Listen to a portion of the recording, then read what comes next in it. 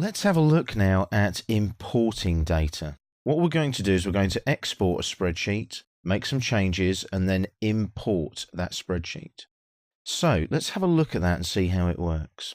First thing you must do in this case, if you're importing and exporting, is to make sure that your drawing is associated with your project. So I've created a new drawing for you, JIC importing data. So as usual, go to the project, right click, add the active drawing, yes to the project default values. Sheet number has already updated to 002, so I don't need to worry about drawing properties. Now I'm going to export out to spreadsheet again, like we did in the previous video. I'm going to select the general option again like so, and I'm going to click on OK.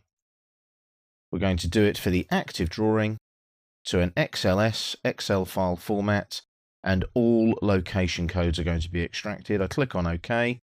I'm going to save that to my desktop again, like I did last time. So it's saying save in desktop, click on save, and that saves the spreadsheet. So the spreadsheet now has gone out to the desktop. What we need to do now is open up that spreadsheet, edit the data in the spreadsheet, and then import the data back into our project drawing. So once we've got that spreadsheet saved with all the data in it, we need to go to the spreadsheet and make the changes. So let's do that now. I'll go down to my Windows taskbar. There's my spreadsheet there. And as you can see, it's JIC importing data XLS. What I'm going to do, I'm just going to change the descriptions of the objects. So I'm in the Comp tab of the Excel spreadsheet, which stands for components. And I'm just going to put some descriptions in. That's all I'm going to do, nothing major. So those are fuses. So we'll put fuse in for each of the fuses like so. And this is very boring and mundane stuff. You're just typing in entries. There's the relays there. What you can do to speed things up a bit, once you've typed it in once, hover over there and drag, and it puts relay into all three cells for you. And that's our motor there. So I've just put that information in like so. What I'm going to do now is save that spreadsheet. So I'll click on save, that's saved, and I'll minimize that now back down to the Windows taskbar.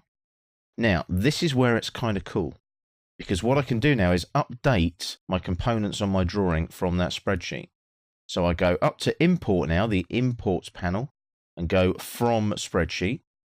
I go onto the desktop now to find my importing spreadsheet. So I go down, keep coming down, I'll go past the folders first, and there's importing data. And funnily enough, just above it, there's exporting data from the previous video.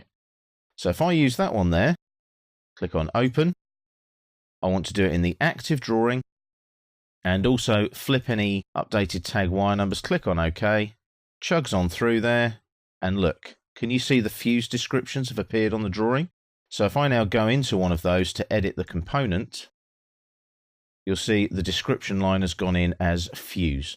Now I haven't changed anything else, I'll just cancel that now. But if I go to the relays as well, and go to edit component, you'll see there's relay in the description. Now I've just done the simplest of changes, which is a description line for a component on the drawing. But you can see how important that is if you've got somebody working externally on a spreadsheet that is developing a bill of materials and may need to edit objects on the drawing from that bill of materials.